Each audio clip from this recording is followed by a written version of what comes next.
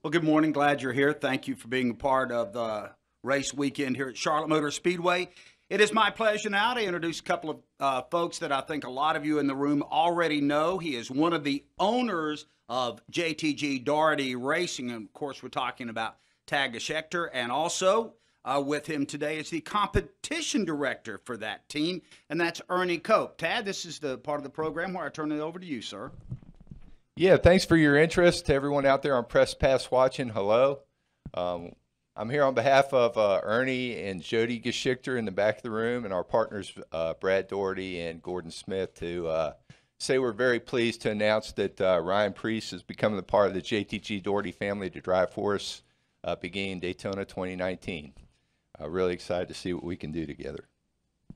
Fantastic. Ryan?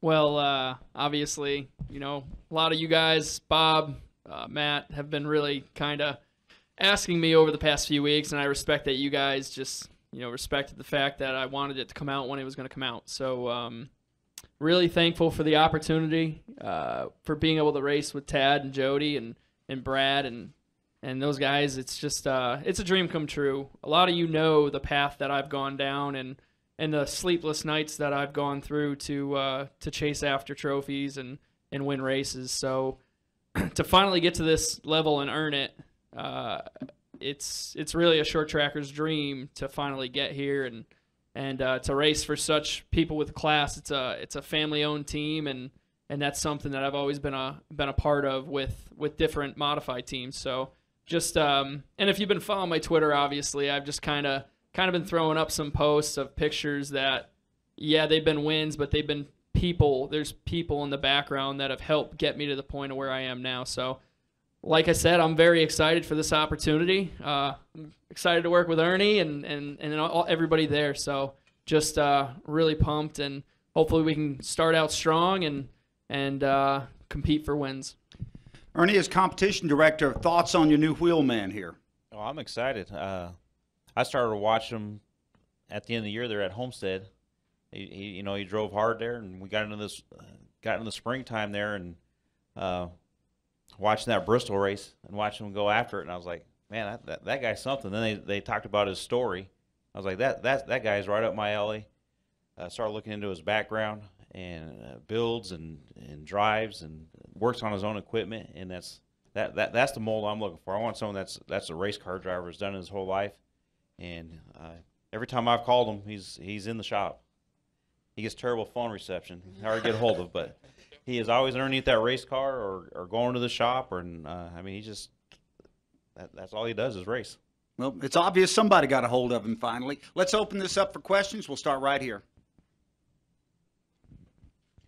Jacob Seelman, Speed Sport, and I will take the mantle for Matt Weaver. Ryan, how much has everything you've been through, from your modifieds, the short track experience, to your year in Xfinity, how has all of that prepared you for what you're about to embark on? Guys like Reggie Ruggiero, Mike Stefanik, Ted Christopher, Keith Rocco, many names up in the Northeast that won't give you an inch. You got to learn to race with the best of them, and those guys week in and week out, they make you figure out a way to make it happen, and that's the same for my racing career. It's kind of the way I was brought up. Is you can, there's never I can't. It's make it happen no matter what you got to do. So just I feel like I'm really prepared. Obviously, there's going to be some things that I'm going to be learning, and I'll be leaning on many guys to make that learning curve as short as possible. But it's like I told Chris Gabehart and Steve D'Souza at JGR when I went over there, I'm not going to be the weak link. I'm going to work very hard week in and week out, just like these guys do, and we're gonna work really hard next year to get where we all want to be. You've made it a passion to continue to be in your modified and in short track races as much as you can over the last couple of years. I imagine, though, that's going to change a little bit next year, knowing that the focus for 38 weeks is going to be on that Cup car. Are you going to find some time?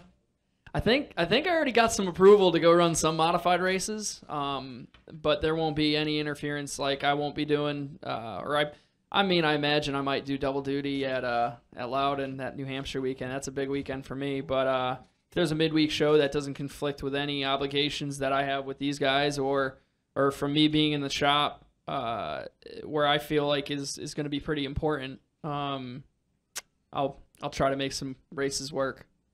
All right, let's go Jeff, then Bob, Tim, and over here to Matt. Jeff? Jeff Gluck from jeffgluck.com. So obviously it's well documented that you went all in on yourself and betting on yourself to get this opportunity ultimately. Do you think that this is the start of something that could be a trend and other people can follow, or is this going to be an isolated case? You know, I'd love for people to get opportunities. I'm not really sure. I can't speak for other people.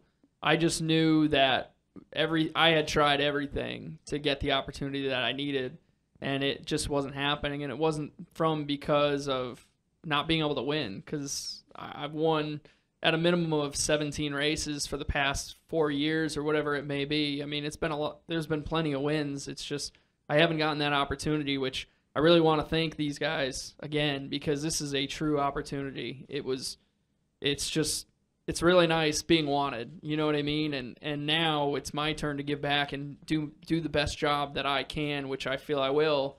And, you know, we're going to have some fun. All right, let's go over here to Bob, then we'll get to Tim and Matt. Bob Pockers, ESPN. I have two. First for Ryan. It sounded like that this has been agreed to at least a few weeks ago. Did you think about still kind of looking, or what made this the kind of the right fit for you? So last year when I was going to JGR and running those couple races, I read Joe's book about his journey of being a head coach, and kind of how whenever he forced something to happen, it never panned out.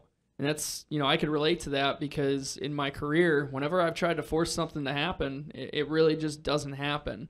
You know, just for instance, when I left JD Motorsports, not really having a ride of any, you know, of anything, and then Carl retired, it just opened up, you know, and then when everything was starting to happen, I was approached, and I went to the shop and I checked it all out, and I was like, man, I'm impressed. This is something that has a lot of potential, and you know, when all the right pieces of the puzzle get put together, I really feel that we're going to be contenders, you know, eventually, week in and week out. So, just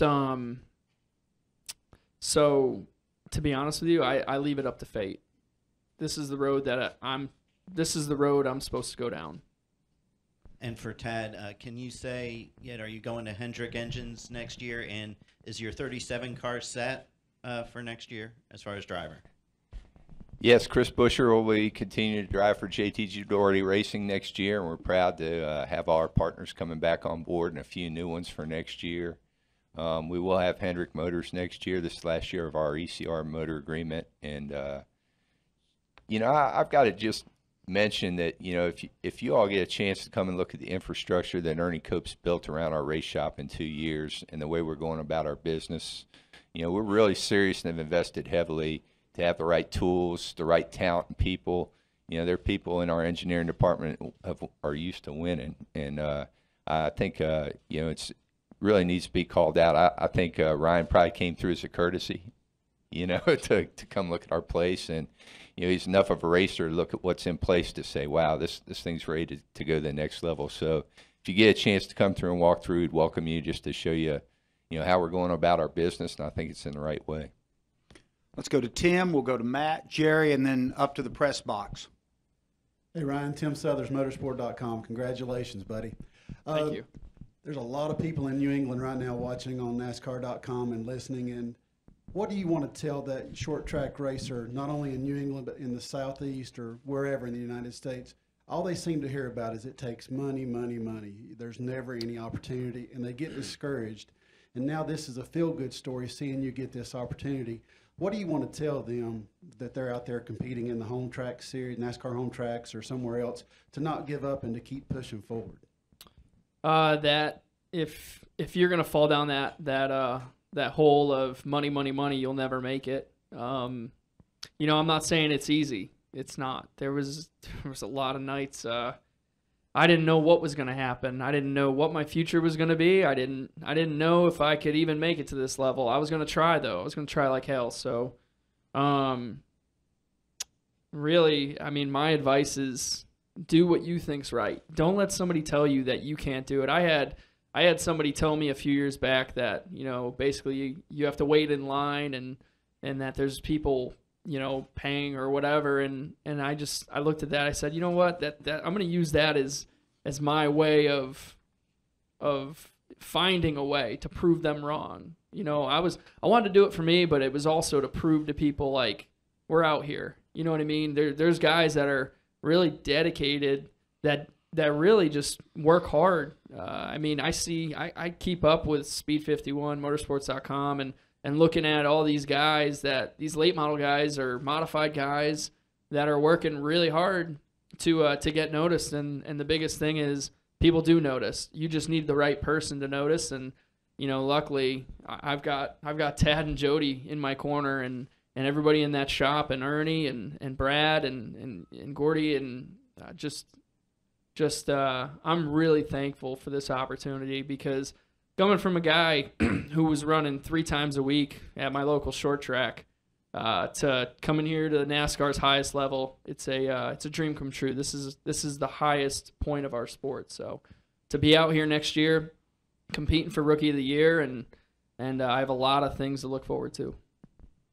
All right, let's go to Matt. We'll go to Jerry, and then we'll get a question from the press box, and that'll pretty much wrap it up.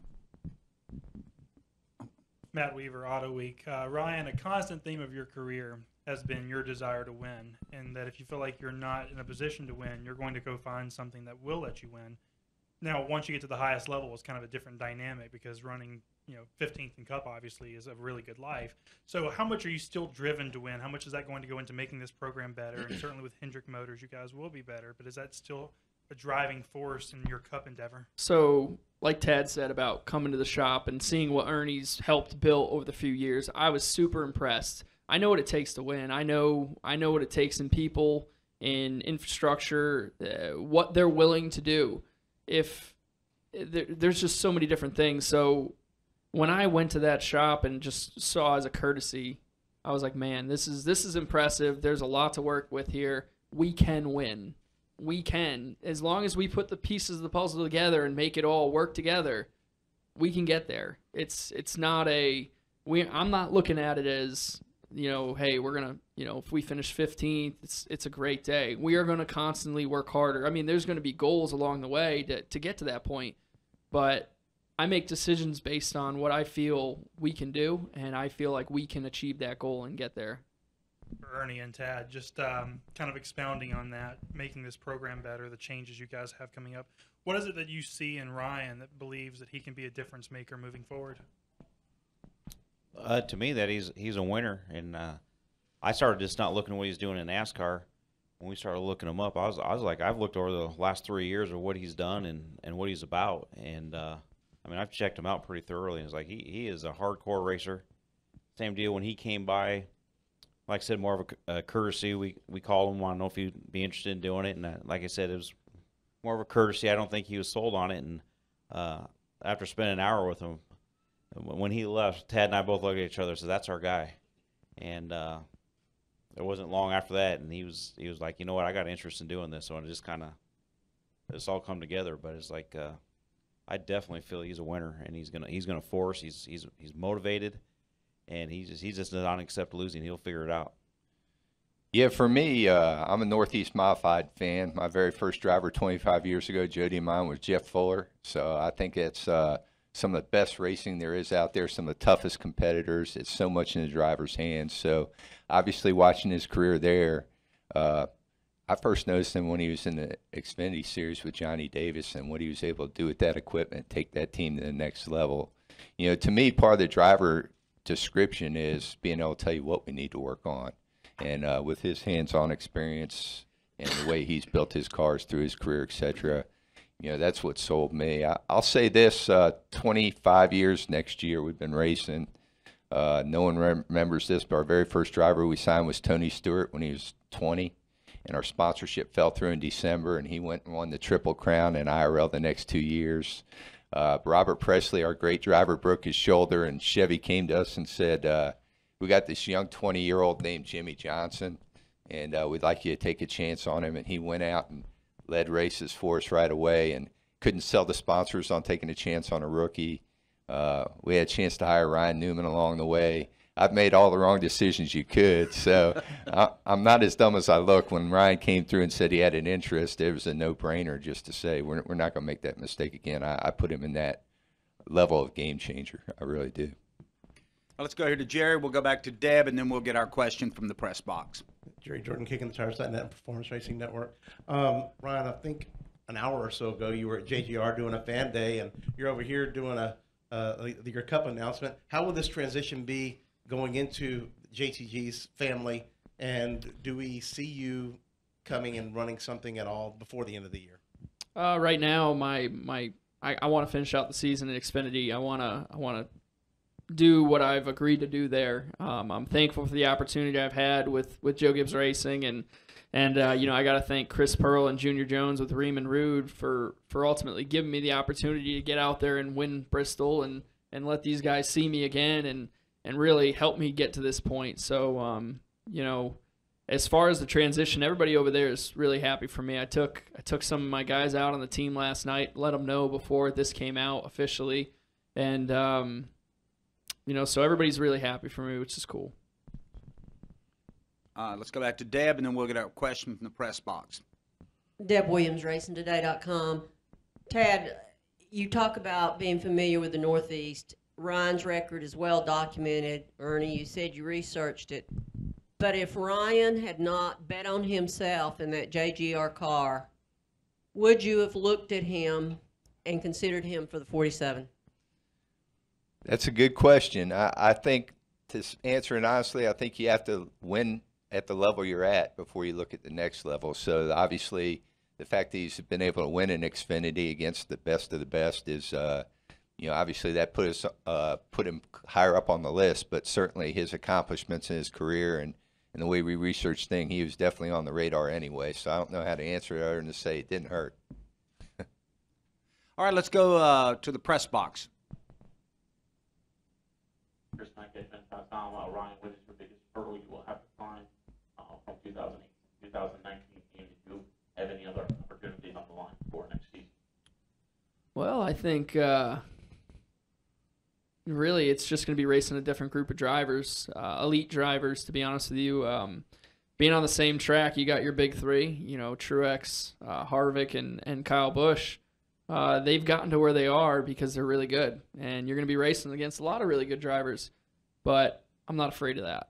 I'm looking forward to getting out there with them and getting to that point of where you gain respect by racing them and racing them right. So, but we're gonna race hard. We're gonna have some fun and hurdle wise, I really couldn't tell you right now. To be honest with you, I don't plan on having many problems, but I'm gonna look forward to going out there and racing week in and week out and just learning every time I'm out there. All right, all right, one more. Jacob Seelman, Speed Sport again. For Tad, what are the optimistic points or the challenges either for you guys? Because next year you go into this with a much younger lineup. You don't have that veteran presence that AJ brought you the last few years. Are you guys excited about that?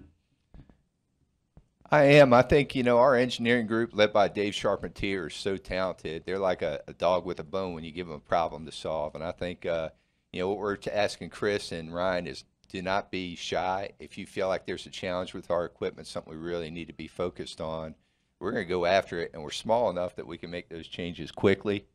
Some of these big organizations where you got a whole protocol on how you got to go through creating a change can take months, where I think in our case, we're nimble enough it can take weeks. So, I believe that we still have some development work to do on our equipment.